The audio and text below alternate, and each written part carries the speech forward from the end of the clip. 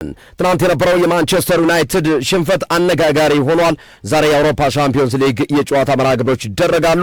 እነዚህ ሁለት ዋና ዋና ማጠንጠኛዎች ላይ ትኩረት እናደርጋለን። በዋናነት ማንቸስተር ዩናይትድ የቀድሞ ደካማ አቋሙ እንደገና ተመልሶ የመጣ ይመስላል። በቅርብ ጊዜያቶች መሻሻል አሳይቶ የነበረው ቀያዮቹ ሰይጣኖች ትናንት ምሽት 77 ደቂቃ ሙሉ በጎዶሎ ተጫዋች በተጫወቱት ኤቨርተኖች 1-0 ተሸንፈዋል። ጁስብሪ ሆል ብቸኛዋን ጎል ያስቆጠረ ተጫዋች ነው። ትናንት በነበረው ጨዋታ ላይ አነጋጋሪውና የጨዋታው ተርኒንግ ፖይንት ነው በማለት በርካቶች የሚገልጹት የኢድሪሳ ጋና ጌይ እና የማይክል ኪን ግጭት ነው። ሜዳ ላይ እርስ በርስ የአንድ ቡድን ተጫዋቾች ናቸው።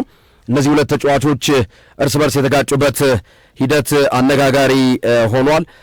ሁለት ሀሳቦች እየተነሱ ነው። አንደኛ ሁለቱ ተጫዋቾች ኢድሪሳ ጋና ጌይ በቀይ ካርድ ነው የወጣው ማይክል ኪንን ፊቱ ላይ በጥፊ በመማታቱ ይሄ ነገር ባይፈጠር ኖሮ ኤቨርተን ላያሸንፍ ይችል ነበር የሚሉ አስተያየት ሰጪዎች አሉ። ምክንያቱም እንደ ሞቲቬሽን ለቡድን አጋሮቹ ወይም ለኤቨርተኖች እንደ ማነሳሻ ሆኖላቸዋል ብለው ሀሳባቸውን የሚደረድሩ አሉ። በሌላ በኩል ደግሞ እንደዚህ አይነት ነገር መለመድ የለበትም የሚሉ ሀሳቦች አሉ። አሰልጣኝ ሩበን አሞሪም ይህንን ጉዳይ ትናንት በአጭር ቃል ገልጸውታል። ሽንፈት ተጫዋቾች ከሚያስተናግዱ እርስ በርስ ቢደባደቡ ይሻለኛል ብለዋል ሩበን አሞሪም። ምክንያቱም እርስ በርስ መጋጨት ማነሳሻ ስለሚሆን ተጫዋቾች ውጤት ከሚያጡ ከሚሸነፉ እርስ በርስ ቢደባደቡ መርጣለሁ ሲሉ አሰልጣኝ ሩበን አሞሪም ገልጸዋል። ትናንት በነበረው የማንቸስተር ዩናይትድ ቡድን ውስጥ በጣም ደካማ አቋም ያሳየው ፓትሪክ ዶርጉ ነው። አጠቃላይ ወርክ ሬቱ 4.5 ሲደርስ የከፍተኛው ደግሞ ሜሰን ማውንት ነው። 7 ተቀይሮ የገባ ተጫዋች ነው ሜሰን ማውንት 7 ነው። ሌላው እነ ብሩኖ ፈርናንዴስ 6 ነው ያገኙት። አብዛኞቹ 5፣ 6 እና 6.5 ነው ማግኘት የቻሉ። ስለዚህ ዝቅተኛው ፓትሪክ ዶርጉ፣ ከፍተኛው ደግሞ ሜሰን ማውንት ነው። ትናንት የነበረውን ጨዋታ በዝርዝር እንቃኛለን። አሰልጣኝ ሩበን አሞሪም በዋናነት ፓትሪክ ዶርጉንና ሊን ዮሮን የማጥቃቱን ሚና እንደፈለግኩት አቅደው ሊያከናውኑልኝ አልቻሉም በሚል ወቀሳቸውን አከናውነዋል። ማንቸስተር ዩናይትድ ትናንት ያጋጠመው ነገር ምንድን ነው የሚለውን ነገር እንዳሳለን። 77 ደቂቃ ሙሉ በጎዶሎ ተጫዋች ኤቨርተን ዘቶፊስ ጣፋጮቹ ያደረጉት ጨዋታ ነውና በነገራችን ላይ ኢድሪሳ ጋና ጌይ ማይክል ኪንን ይቅርታ ጠይቋል። መላውን ደጋፊ በቅድሚያ ማይክል ኪንን፣ ከዛ ቀጥሎ ደጋፊውን እንደዚህ አይነት ነገር አይለመድም ከዚህ በኋላ በሶሻል ሚዲያ ወይም በኢንስታግራም በሰጠው አስተያየት ላይ ይፋዊ ይቅርታ ነው የጠየቀው። ኢድሪሳ ጋና ጌይ ሴኔጋላዊ የ36 ዓመት ተጫዋች ነው። ክርክሩ የሆነው ወይም ግጭቱ የተፈጠረው ብሩኖ ፈርናንዴዝ ወደ ጎል ሹት ሲያደርግ ማይክል ኪን ለምን እድል ሰጠኸው በሚል ነው ኢድሪሳ ጋና ጌይ ለመናገር የሞከረው። ያ ነገር መገፈታተር ተጀመረ። ከዛ በጥፊ ኢድሪሳ ጋና ጌይ ሲማታ እዛው አጠገብ ቶኒ ሃሪንግተን ነበሩ። ቀይ ካርድ በቀጥታ በእግር ኳስ ታሪክ በእንግሊዝ ፕሪሚየር ሊግ እንደዚህ አይነት እርስ በርስ የቡድን አጋሮች ተጋጅተው ወይም ተደባድበው ቀይ ካርድ ሲመዘዝ ለሶስተኛ ጊዜ ነው። ከዚህ በፊት እንደዚህ አይነት ክስተት ለሁለት ጊዜ ያክል አጋጥሟል። ስለዚህ ይሄኛው ለሶስተኛ ጊዜ ነው የዚህ አይነት ነገር የተፈጠረውና የትናንቱን ጨዋታ መነሻ አድርገን ዋና ዋና የሚባሉ ነጥቦችን እናነሳለን። ሶፊ በዋናነት ኢድሪሳ ጋና ጌይና ማይክል ኪን ግጭት ተንተርሶ ኢድሪሳ ጋና ጌይና ማይክል ኪን ይሄ ነገር ባይፈጠር ኖሮ ኤቨርተን ላይ ያሸንፍ ይችል ነበር። እንደ ሞቲቬሽን ተወስዷል በኤቨርተን ተጫዋቾች በኩል የሚሉ አስተያየት ሰጪዎች አሉ። ይህንን ግጭት እንዴት አየው? ለሶስተኛ ጊዜ ነው በእንግሊዝ ፕሪሚየር ሊግ እንደዚህ አይነት አንድ የቡድን አጋር እርስ በርሱ ጥፊም ሆነ ቦክስ ሲማዘዝ ለሶስተኛ ጊዜ ነው። ስለ ትናንቱ ጨዋታ ዋና ዋና ነጥቦችን እናንሳቸው እስኪ። ግርብዬ ያነሳው ነገር እንዳለሁ ነው። በተለይ እንዲህ አይነት ነገሮች ያው እንደሚታወቀው ስፔሻሊ የእግር ኳስ በባህሪው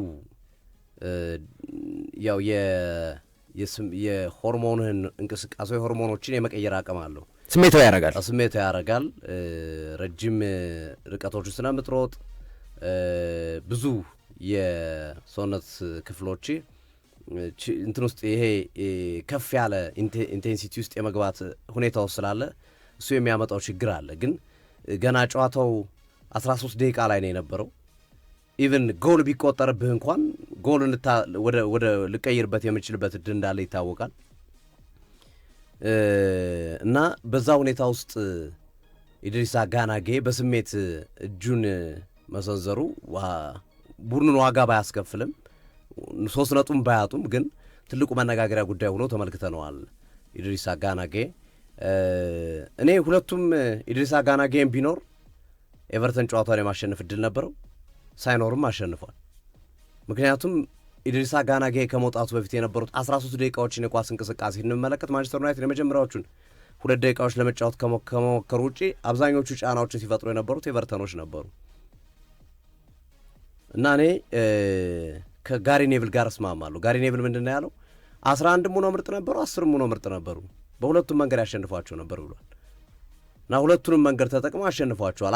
አስገራሚ የሚያደርገው ግን ማንቸስተር ዩናይትድ በሜዳው እንደመጫወቱ፣ ማንቸስተር ዩናይትድ በቁጥር ብልጫ እንደመኖሩ፣ ማንቸስተር ዩናይትድ ኤቨርተን ላይ በታሪክ ከፍተኛ የበላይነት እንደመኖሩ እና መሰል ነገሮች ጨዋታ ለማንቸስተር ዩናይትድ የዚህ ዓመት ጉዞ እንደ መስፈንጠሪያ ይሆናል ተብሎ ተጠበቀበት ሰዓት ላይ ይህን ውጤት ማጣታቸው ግን ጥያቄ የሚያስነሳ ነው። ኤቨርተን የመጀመሪያዎቹ 13 ደቂቃ ላይ ያሳየው እንቅስቃሴ ኦቤዝሊ ከዚህ ጨዋታ ነጥብ እንደሚወስድ ግልጽ ነበር።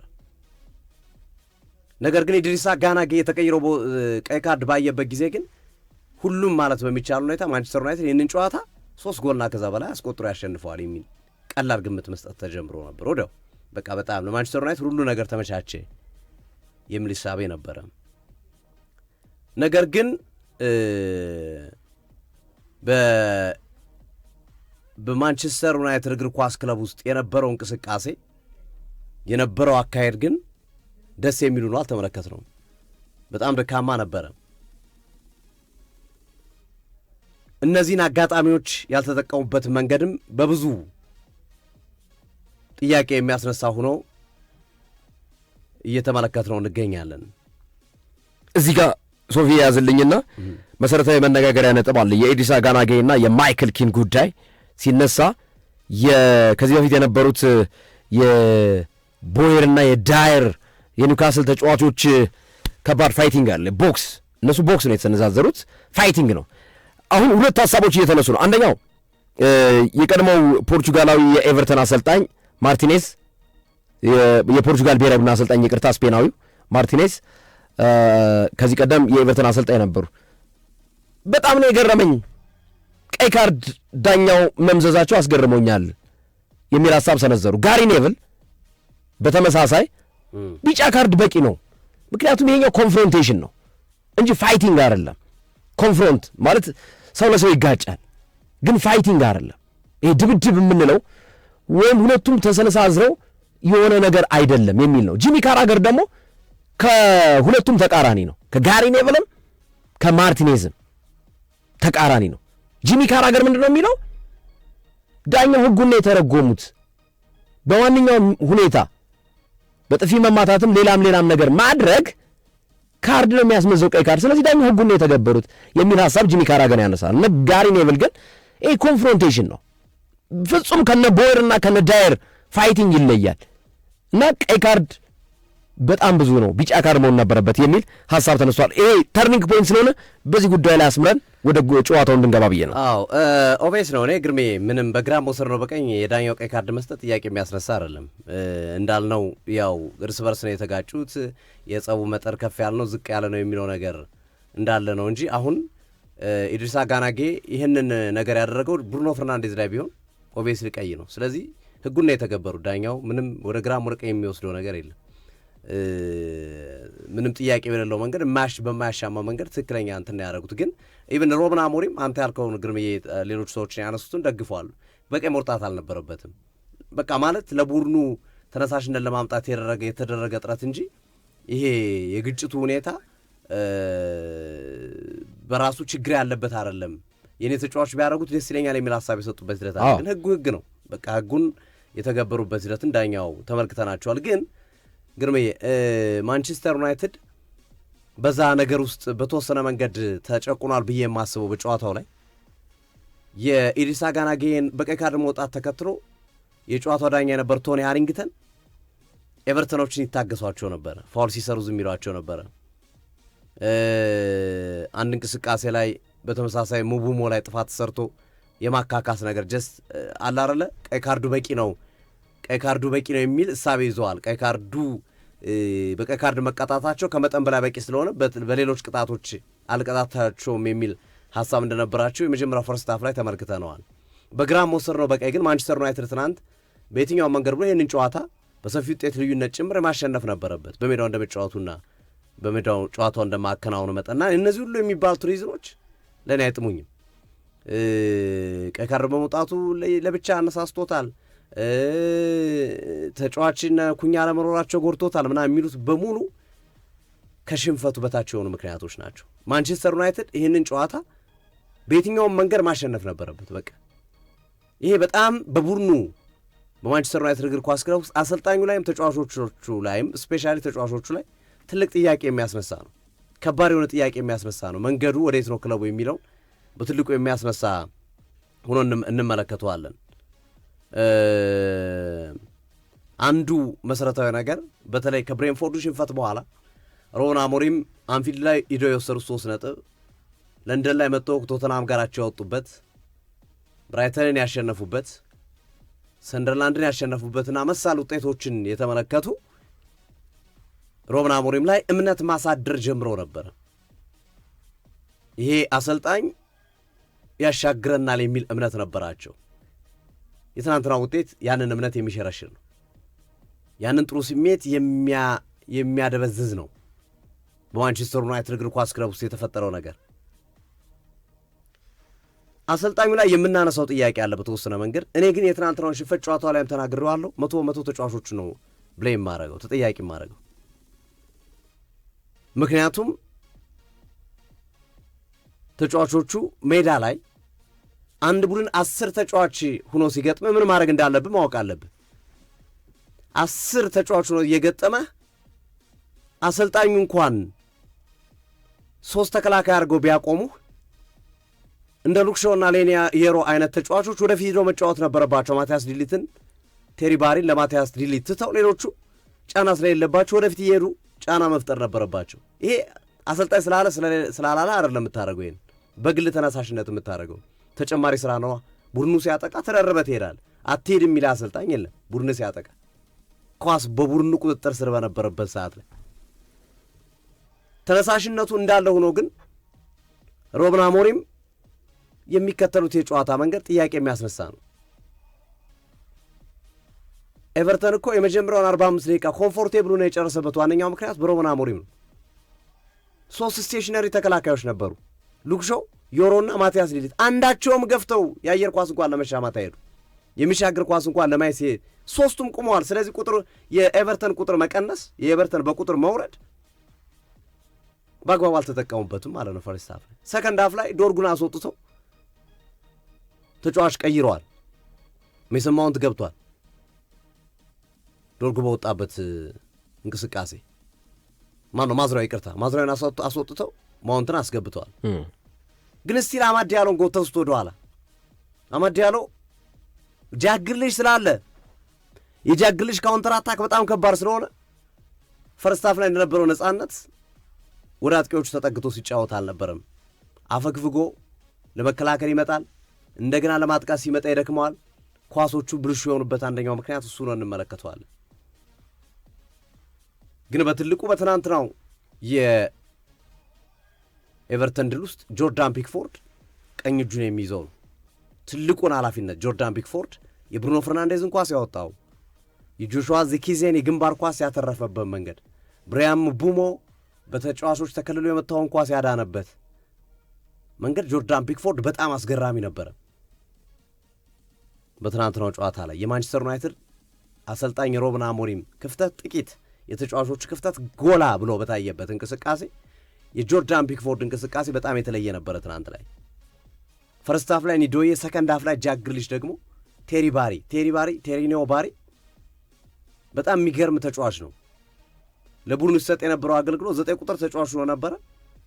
መሀል ድረስ ይመጣ ነበር። ኢድሪሳ ጋናጌ ከወጣ በኋላ ግን ኒዶዬ ወደ መሃሉ ገብቶ የጋርነር ሚና እንዲወጣ፣ ጋርነር የኢድሪሳ ጋናጌን ቦታ ስለወሰደ አጠጋጓቸው። ምንድን ያደረጉት? ጋርነርን የኢድሪሳ ጋና ጌ ቦታ ላይ አስቀመጡት። ዲዩስበሪ ሃልን የጋርነር ቦታ ላይ፣ ኒዶዬን ደግሞ አመጡና የዲዩስበሪ ሃል ቦታ ላይ አመጡት።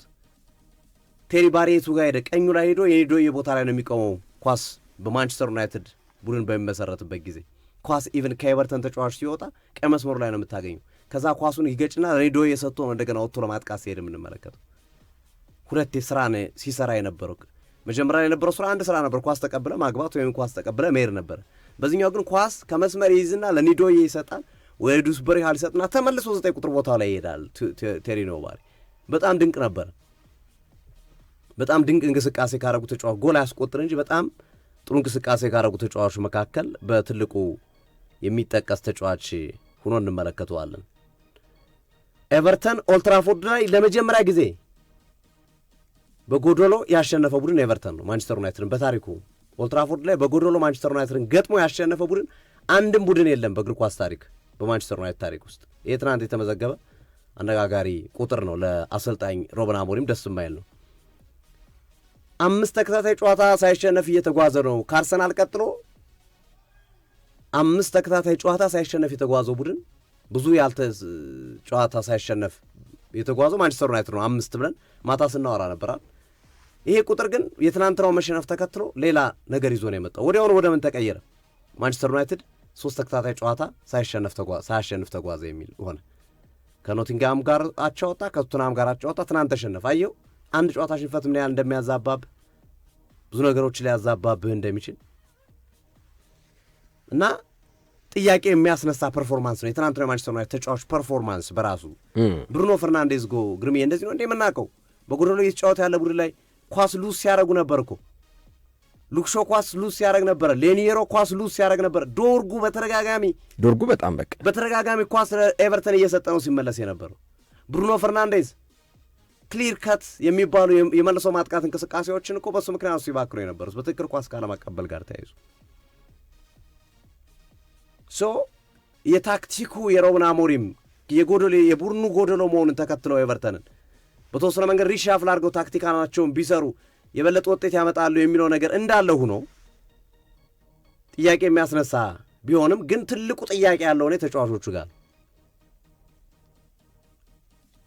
ተጫዋቾቹ እኔ በሩበን አሞሪም ያጫወት መንገድ ደስተኛ አይመስሉኝም። ትናንት እሱን ነው ለመመልከት የሞከርኩት። ደስተኛ አይመስሉኝም። አንዳንዴ በደጋፊውም ጫና በሚዲያውም ጫና ፐርፎርም ለማድረግ ይሞክራሉ። ግን አሁን ትናንት የተመለከትነውን ጨዋታና ሌሎች ጨዋታዎችን ስናያቸው በብሬንፎርድ የተሸነፉበት ጨዋታና መሰል ጨዋታዎች ስናያቸው ደግሞ ታክቲኩን አልወደዱትም። ደስተኛ አይደሉም። ደስተኛ ያልሆኑ ተጫዋቾች አሉ። ለምሳሌ ብሩኖ ፈርናንዴዝ የሚጫወቱበት ቦታ ላይ ደስተኛ አይደለም። 6 ቁጥር ሚና ይዞ ነው የሚጫወተው። እሱ ሞር 10 ቁጥር ሚና ላይ መጫወት የሚፈልግ ተጫዋች ነው። ዶርጉ ትራዲሽናል የግራ መስመር ተከላካይ ሆኖ መጫወት የሚፈልግ አይነት ተጫዋች ነው። ዳሎ ማዝራዊ ይህ በአራት ተከላካይ ስትጫወት የምታጫወታቸው ነው። ዳሎና ማዝራዊ አያውቁትም። 3-4-3ን ብዙ የሚያውቁ አይደሉም። ብዙ የተጠቀሙ አይደሉም። ብዙ የሚታወቁበት አይደለም። አማድ ዲያሎ በትናንትናው ጨዋታ ላይ ባክኗል። መጀመሪያ ወደ ማጥቃቱ አመጡት፣ በኋላ ተከላካይ ላይ ያመጡት። ሙቡሞ ጥሩ አልነበረም።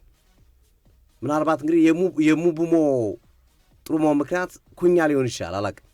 ስለዚህ ኩኛ ስለሌለ እንግዲህ ኩኛ ሲኖር ደግሞ እናያለን። ኩኛ ሲኖርና ሳይኖር እያልን ሙቡሞን ልንለይ እንችላለን። ግን ኩኛ በተጎዳባቸው ጊዜያቶች እኮ ሙቡሞ ጥሩ ነበር።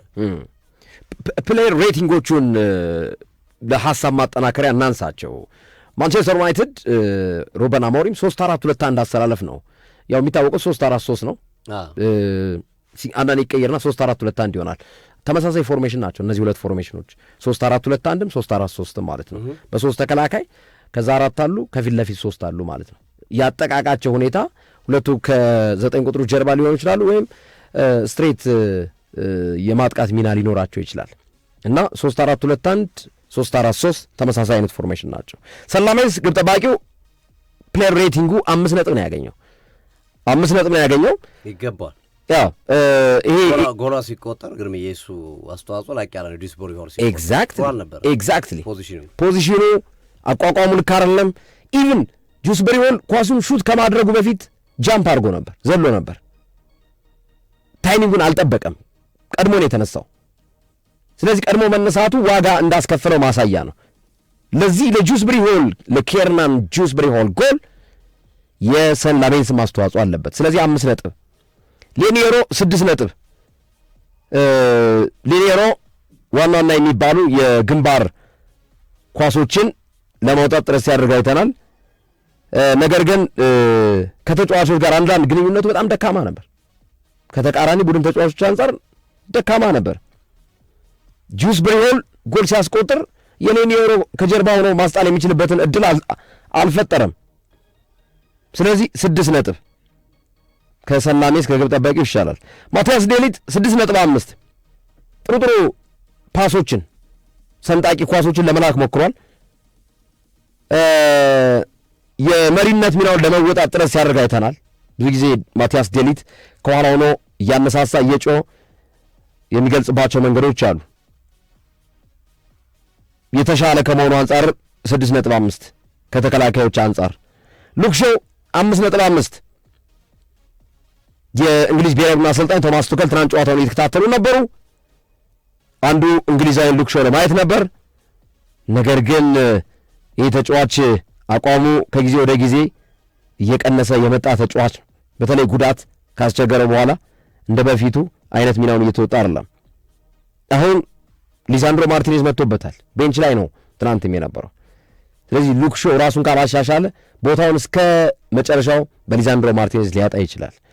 በትናንቱ እንቅስቃሴው ግን 5.5። ኖሳይር ማዝራዊ ልክ እንደ ማቲያስ ዴሊ 6.5። ጃክ ግሪሊሽን ያንን የጃክ ግሪሊሽ ከፍተኛውን ብቃት አውጥቶ እንዳይጫወት አድርጎታል። ኖሳይር ማዝራዊ ገድቦታል በተወሰነ መልኩ ማለት ነው። የጃክ ግሪሊሽን ሚና በማቀዝቀዝ በኩል ኖሳይር ማዝራዊ አስተዋጽኦ ነበረው። በማጥቃቱ ሚና ላይ ኳስ መስርቶ መውጣት አለመቻሉ ሩበን አሞሪምን ቢያበሳጫቸውም ግን ለማሻገር የሚያደርጋቸው ጥረቶች ነበሩ። ስለዚህ ልክ እንደ ማቲያስ ዴሊ 6.5። ካዝሚሮ 5።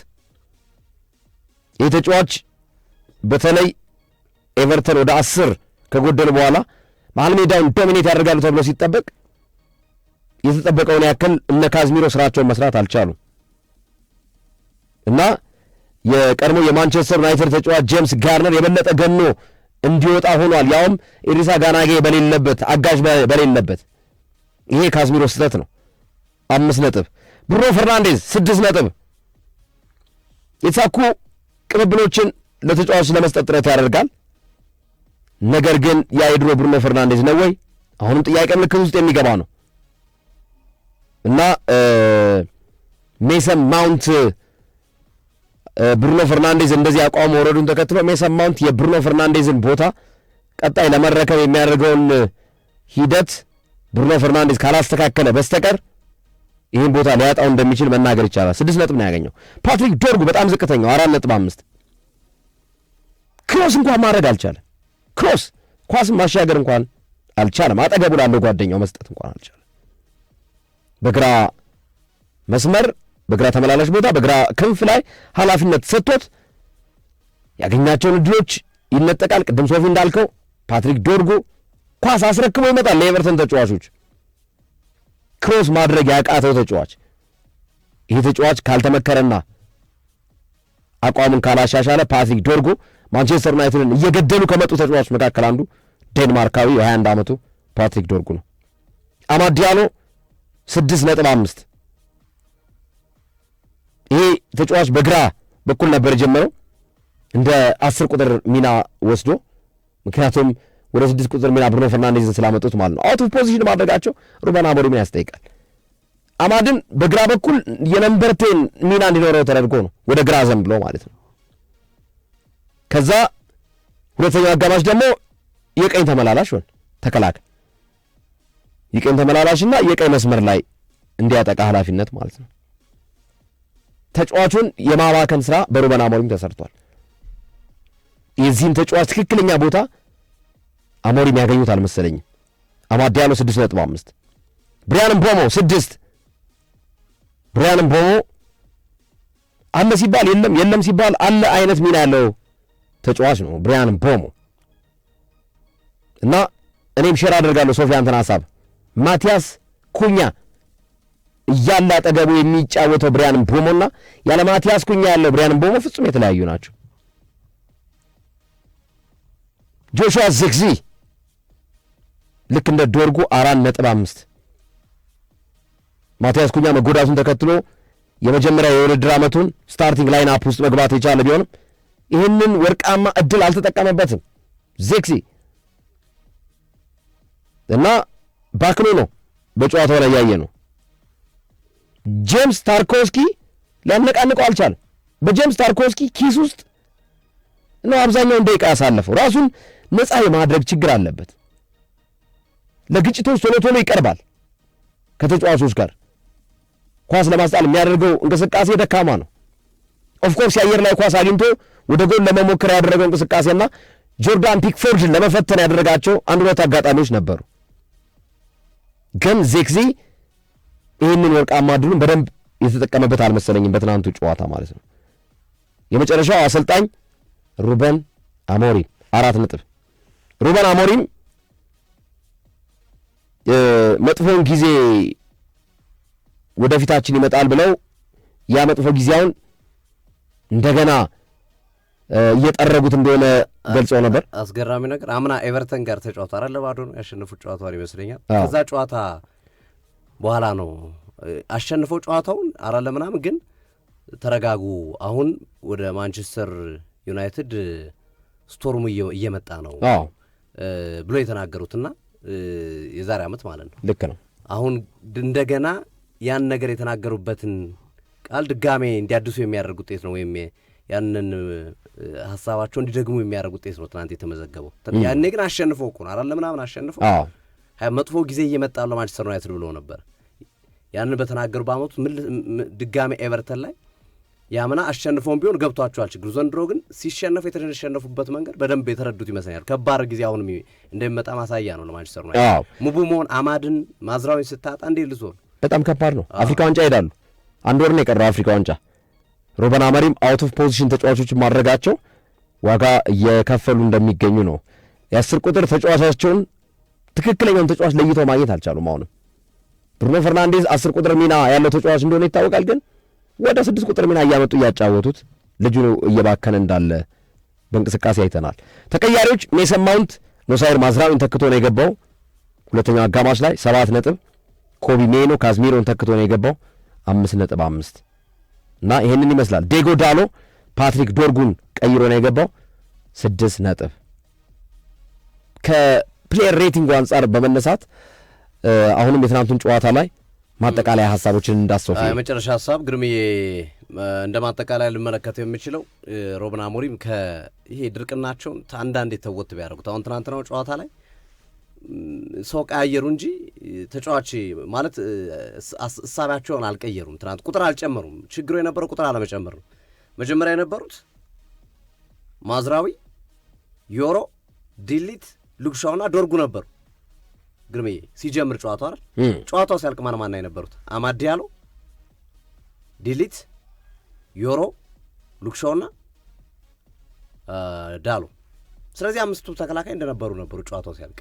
ሲጀምርም ሲያልቅም ሰው ቀያየሩ እንጂ በሀሳብ ደረጃ ያው ነው። ግን ማድረግ የነበረባቸው ከተከላካይ አንድ ጨምረው አጥቂኑ አይነት ተጫዋች መጨመር ያለባቸው ሞር ክሬቲቪቲውን ከፍ የሚያደርግበት ሂደት ለመጨመር ማለት ነው። ያንን የሚያደርግ እንቅስቃሴ ያለማድረጋቸው ዋጋ ያስከፈለበት ሂደት አለ እና እንዲህ አይነት ቢያንስ ጎዶሎ ነው ቡድኑ። በተደጋጋሚ ተናግረናል። ዋጋ እየከፈሉበት ያለው አንደኛው ነገር ድርቅ ማለታቸው ነው። ሩበን አሞሪም ስታቦርነስ ድርቅ ነው። ትናንትና ትንሽ በቃ ችግር የለውም። አንዳንዴ እኮ በሁለት ተከላካይ ይጫወታሉ እኮ አንዳንድ ቡድኖች እንደዚህ ቀይ ምናምን ሲያገኙብህ ተቃራኒ ቡድን ጎዶሎ ሲሆንልህ ለመጨፍጨፍ በሁለት ተከላካይ ብቻ ትጫወታለህ። ሊያመልጡ የሚችሉ ተጫዋቾችን ብቻ እየተጠረቀቅ ታጠቃለህ። ይሄን ያሉት ሩበን አሞሪምም እኔ እኮ እያንዳንዱ ነገር እኮ ማስረዳት የለብኝም። እነዚህ ልጆች ፕሮፌሽናል ናቸው። እነዚህ ልጆች እዚህ ቦታ ላይ እንዲያርጉ ጎዶሎ ናቸው ኤቨርተኖች ይህን ነገር አርጉ ብዬ መንገር አይጠበቅብኝም። ያውቃሉ ብዬ ነው የማስበው። ለካ መንገር ነበረብኝ ያሉት እርሳቸው በገጽ መግለጫቸው። እያንዳንዷን ነገር ለካ መንገር ነበረብኝ፣ ያንን ባለማድረጌ ይቅርታ ጠይቃለሁ። ንግግሯ የሆነች ነገር አላት። እናንተ ፕሮፌሽናል አይደላችሁም እያላቸው ነው ተጫዋቾቻቸው በአሽሙሩ ማለት ነው። ግን እርሳቸው የተናገሩ ንግግር ግን ይሄንን ነው። እንዴት 10 ለ11 እየገጠምን ምን መጠቀም እንዳለብን እኮ ተጫዋቾቻችን ማወቅ አለባቸው። ትልልቅ ተጫዋቾች ናቸው፣ በብዙ ትልልቅ ክለቦች የተጫወቱ ተጫዋቾች ናቸው በሚል ያነሱን ነገር አለ እና ከዛም ጋር አያይዘው የትናንትናው የድሪስ አጋና ጌና የሚካኤል ኪን ግጭት የኔ ተጫዋቾች ቢያደርጉ ደስ ይለኛል ነው ያለው። ምን ያህል ፋይት እንደማያደርጉ ማሳያ ነው። ተጫዋቾቼ ፋይት አያደርጉም እያሉ እኮ ስለ ማሊያው አልገባቸውም ብቻ ጭምሩላ ብሏል። ማሊያው ራሱ አልገባቸውም ነው ያሉት። ዴቪድ ሞይስም እኮ ባይዘው ደስ ብሏቸዋል እኮ ለውጤት ሲሆን ደስ ይላል ብለዋል። የግጭቱን ይቅርታ ጠይቋል። የድሪስ አጋና ጌ መጨረሻ ጠይቋል። ግን ሩበን አሞሪም ከሽንፈት ይሄ ይሻላል እንዴ ምን ጥያቄ አለው? ለምን ለውጤት እስከሆነ ድረስ ለምን ፋይት አያደርጉም ነው ያሉት። ኢቭን ከዳኛው ተቃራኒ ነው ሀሳብ ቫዮለንት ኮንዳክት እንደሆነ የህግ ጥሰት እንደሆነ ዳኛው ገልጸውልናል። ግን ከዳኛው በተቃራኒ ነኝ የሚሉ ሀሳቦች ነው። በነገራችን ላይ የማይክል ኪንንና የድሪስ አጋና ጌን ኮንፍሮንቴሽን ወይም ግጭት አንዳንዶች እየገለጹበት ያለው ነገር ምንድን ነው? ድሪስ አጋና ጌ ምን አገኛለሁ ብሎ ነው የራሱን ተጫዋች ሊደበድብ ሊመታ የሚችለው? ስለዚህ ምንም አድቫንቴጅ ለመውሰድ ስላልሆነ ያን ያደረገው ኢሞሽናል ሆኖ ያደረገው ነገር ስለሆነ ቢጫ ካርድ ይበቃ ነበር የሚሉ ሀሳብ ሰጪዎች በዛ መልኩ ይገልጹታል። ግን ሶፊ እንዳልከው እኔም ያንተን ሀሳብ ነው ሙሉ የምጋራው። የቶኒ ሃሪንግተንን ውሳኔ ትክክለኛ ህጉን ነው የተከበሩት። ጂሚ ካራገርም እንዳለው ማለት ስላፕ ማድረግ፣ እጅ መሰንዘር፣ ክንድን ማስቀመጥ ተቃራኒም ሆነ የራስ ቡድን ተጫዋች ላይ ሬድ ካርድ ነው። ህጉ ቃል በቃል የሚናገረው ነገር ነው። ግን አብዛኞቹ እያሉ ያሉት ምንድን ነው? ድሪስ አጋና ጌ ምን አድቫንቴጅ ለመውሰድ ነው? ለምሳሌ የተቃራኒ ቡድን ላይ ጥፋት የሚሰራው በጉዳት እንዲወጣለት ፈልጎ ሊሆን ይችላል፣ ወይም ደግሞ አበሳጭቶ ትንኮሳ ፕሮቮክ አድርጎት ሲሰነዝር በቀይ ካርድ እንዲወጣ ፈልጎ ሊሆን ይችላል። ማይክል ኪን ላይ ግን ምን ፈልጎ ነው? ምን አይነት አድቫንቴጅ፣ ምን አይነት ጥቅም ለመጠቀም ፈልጎ ነው ይህን ሊያደርግ የሚችለው? እና ዳኛው ይህን መረዳት ነበረባቸው። በቢጫ ካርድ ማለፍ ነበረባቸው። እግር ኳስ ላይ ስሜት መጋል ነገሮች ሊፈጠሩ ስለሚችሉ በሚል የሚከራከሩ አሉ። እሳቸው ኦፍኮርስ ህጉን ነው የተከበሩት። ግን አሁን አንዳንዶች ከቦይርና ከዳይር ፍልሚያ ጋር ለማገናኘት የሚያስታውሱ ሰዎች አሉ። ሁለቱም በቀይ ካርድ ነው የወጡት። ያን ባይዘው የኒውካስል ተጫዋች ግን እነሱ ድብድብ ነው፣ ፊት ለፊት ነው እኮ ቦክስ የተደባደቡት። ካሜሮን ብሔራዊ ቡድንም ተመሳሳይ ነው ባለም ዋንጫ። እሱ ያን ነገር አይተናል። እና የዚህኛው ምንድን ነው እየተከራከሩ ያሉት አሁን ክርክሩ በስፖርት ተንታኞችም ጭምር ቅድም እንዳልኩት ጋሪ ኔቭልን ጨምሮ ቢጫ ካርድ ነው የሚሉበት ምክንያት ምንድን ነው? ምንም አድቫንቴጅ ፍለጋ አይደለም የድሪስ አጋና ጌ እና ፕላስ ደግሞ አንዳንዶች የሚያነሱት ምንድን ነው ማይክል ኪን ገፍትሮታል ደረቱን። ቼስትን መገፍተር ሬድ ካርድ ነው፣ ለምን እሱ በቀይ አልወጣም የሚሉም አሉ።